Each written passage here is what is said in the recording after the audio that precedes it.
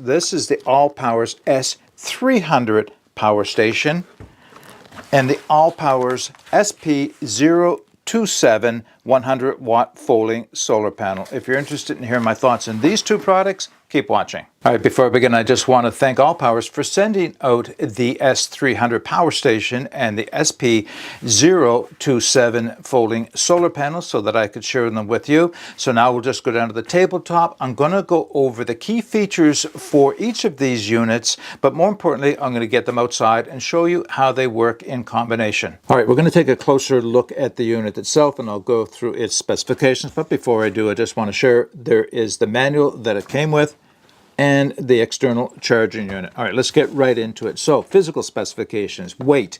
Weight for this unit is 7.6 pounds, 3.4 kilograms. So, considerably heavier than the smaller S200 that I previously reviewed, but you're going to get more capability with this, of course. So, as far as dimensions go, in this dimension, 8.1 inches, 206 millimeters. Height, 6.5 inches, which is 165 millimeters, and thickness 4.3 inches or 110 millimeters. Now, as far as the performance specification, it has a 268 watt-hour capacity, rated capacity, and I say rated because, of course, actual capacity that you get out of any power station is never what it is rated at. A good power station will have 85%. On average, they have 80%. So if you want to know what your actual power that you have available to you, or the actual capacity, is kind of multiply your figure by 80%, and that'll give you a good working estimate. Okay, it uses lithium-ion batteries rated for 800 plus cycles before they start to drop their capacity to 80% of what they are when they're new. Now, as far as output, let's go through the different ports. So to start with, as you can see, it has two, let me tip it up there, two AC outputs for a combination of 300 watts using up to a 500 watt surge. So if you have a device, likely ones with motors that need a little bit more power to get them going, that's the surge capacity of 500 watts, but the running capacity maximum 300 watts. And what's nice about this unit compared with the S200 is this is delivering pure sine wave, whereas the S200 was modified sine wave. Now, what you'll be able to see as far as output ports on the side here, there are three, which I've found quite unusual, three USB Type A output ports rated at 5 volts, 2.4 amps output, which is pretty good, and one USB Type C fast charge rated at 100 watts output, but it's also an input port and it will accept up to 60 watt input. Now you can also see there are two DCO ports, 55-25 barrel bolts rated at 12 volts, 5 amps each. And on the far side over here is the auto port, cigarette lighter port, whatever you want to call it, which is a 12 volt, 5 amp capacity for it. Now the last thing is, and I showed this once already, and this is the wireless capacity. Again, for a small unit, it's not common to see wireless charging on them.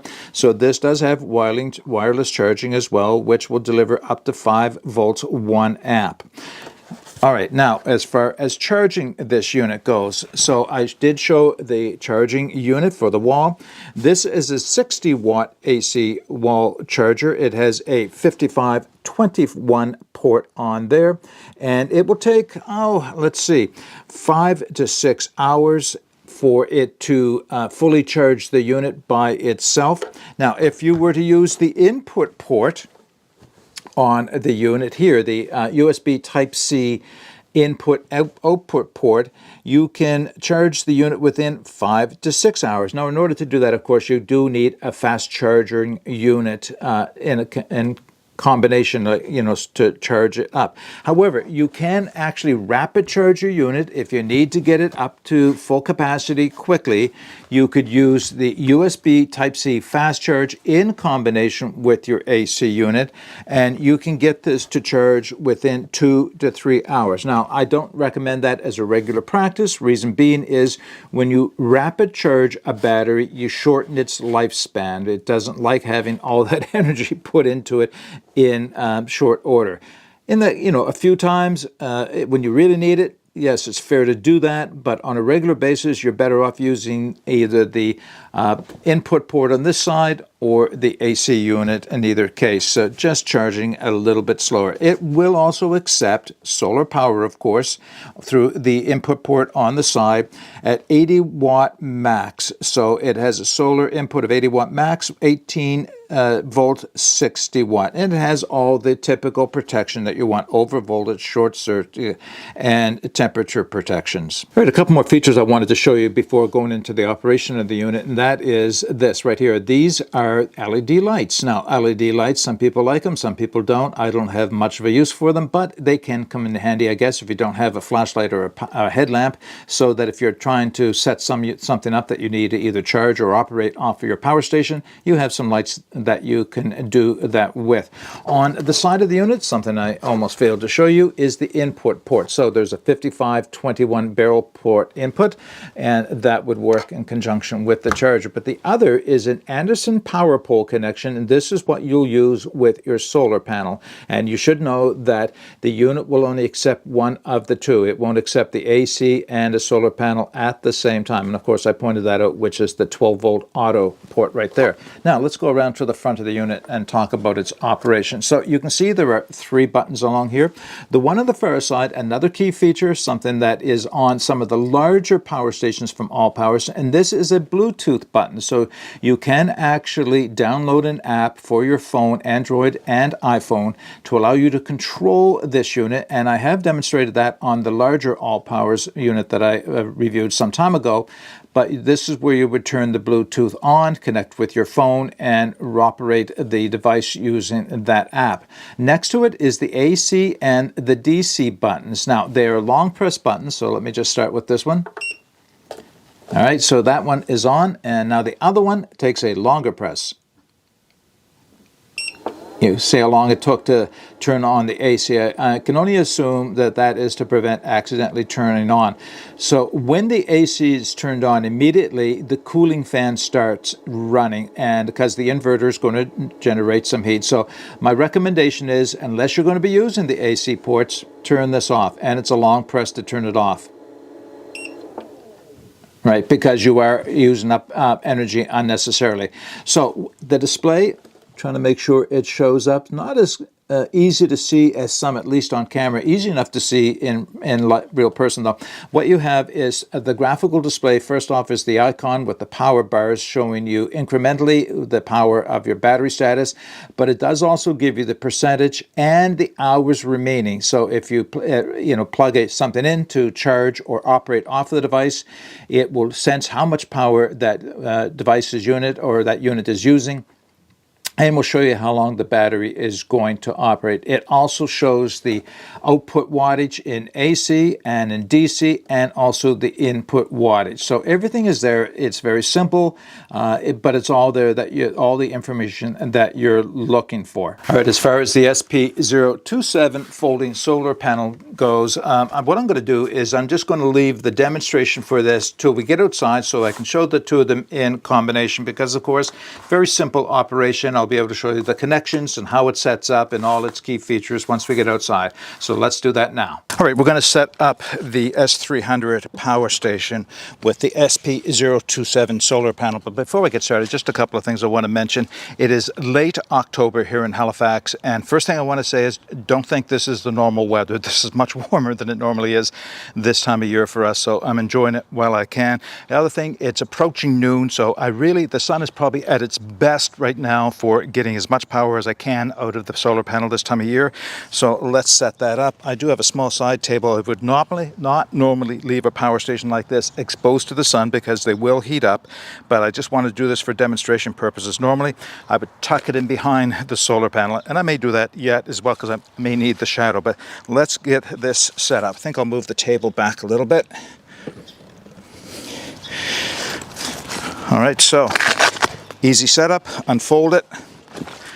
It has 2 fold-out legs on it. My comment here is that the legs are good, they work, but there's no adjustment. So whatever angle this provides you, that's what you have. If you want to alter the angle, you're going to have to come up with something other than this. Now, that's good for most of the year, but it doesn't always present the best angle, especially for the time of year and time of day. It's probably okay for today though. So I have my connector, which is the MC4 connector on one end, Anderson power pole on the other end. That's, oh, there's my Anderson power pole. Sorry, wrong connector. So here it is, MC4 on one end, Anderson power pole on the other end. First, I'll connect it to the cable in the back, which is also MC4 connectors. All right. And I'll plug this into the side of the power station. All right. Lit right up. Excellent. All right, so I'll reposition the camera so I can show you just how much power is going into the power station. I'll make another comment now about the display on this.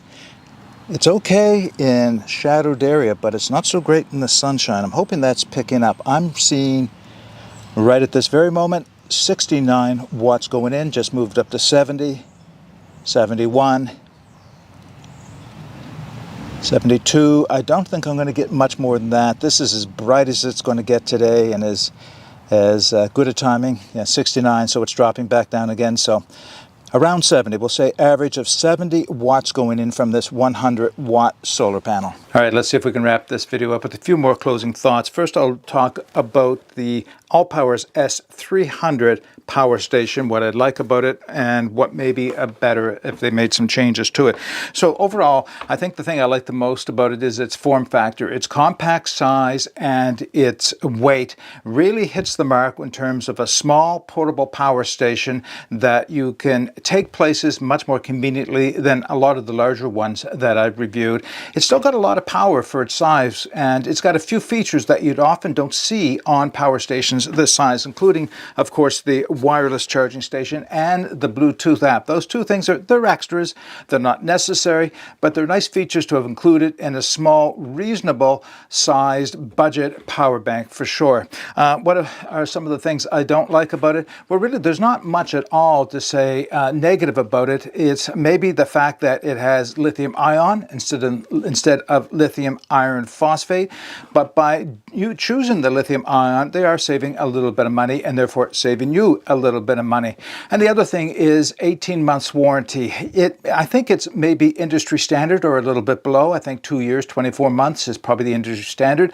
I have seen recently warranties upwards of 5 years. So this warranty should be a little bit longer if they want to stand behind their product and be competitive with the others, is up their warranty a little bit. Now, I haven't checked into this, but quite often when you register your product online, they bump your warranty up. Of course, you're going to be getting ads from them in the future, but I think that's a small price to pay for the extra warranty. I'll see if that's available, and if it is, of course, it'll be in the video description below. So let me put the power station aside and get the solar panel out. All right, a few closing thoughts for the SP027 solar panel, and we'll start with what I like about it. It's lightweight, it's compact. For a 100-watt solar panel, I think it's actually right in line with a lot of the other ones.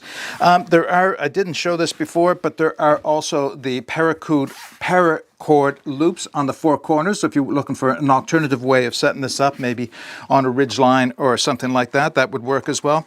I like the fact that they have so many accessories inside of that large pouch on the inside, including the ability to slow charge your car battery and all the adapters for the different connections. The fact that it uses the MC4 connections, and then you have a set of cables, one for the 55-25 barrel bolt and one for the Anderson power pole. That was the other one. Of course, that's the one I was using today on the small power bank, the S300 power bank.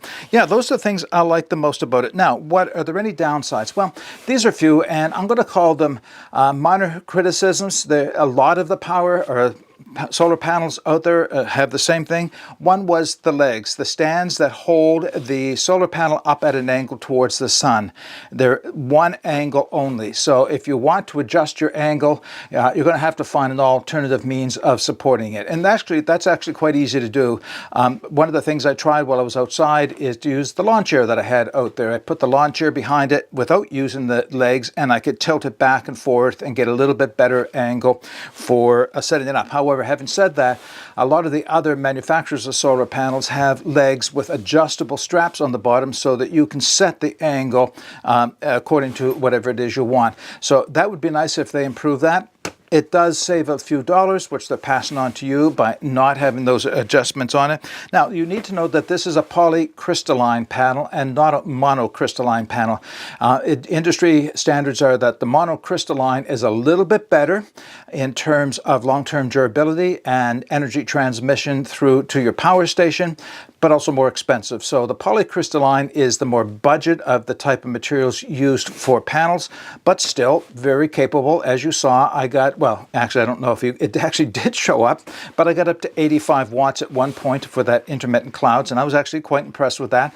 To get 85 watts out of a 100-watt panel you're doing pretty good, actually. You know, unless you get peak sun on a peak day, great day, you usually don't get much above 85 watts. The other thing I like about this that I didn't mention, I don't think I've mentioned before, it's an IPX6 waterproof rating, which means you can leave this out in the rain without concern for the damage to it. Now, a couple of caveats there. One is the pocket on the side. It does have a waterproof zipper on it, but when you bring the cable out of that, of course, then you're opening up the pouch to rain. So that may risk the water getting inside. And of course, the power station is not IPX6, so you'd have to have that hidden out of the rain under a bucket or somehow. So it's nice to know that if for whatever reason, with the power station hidden away from the rain, that if a sprinkle started to happen while you were not attending to the solar panel, that it's not going to damage it like some of the others. So that's definitely a good feature for it. Price-wise, it's in the budget range, which I think is one of the nice things about it. It delivers the power when the sun is cooperating with you, of course. So yeah, I think those are the things I like most about it and the things that could be small improvements to it. All right, we'll wrap this video up by saying I will put all the information I have for the S300 power station and the SP027 folding solar panel. It'll all be in the video description below if you're looking for more information there. And if you have any comments or questions, put those in the comments section below. But until next time, get out and explore and take that path less traveled, because it will make all the difference. Bye for now.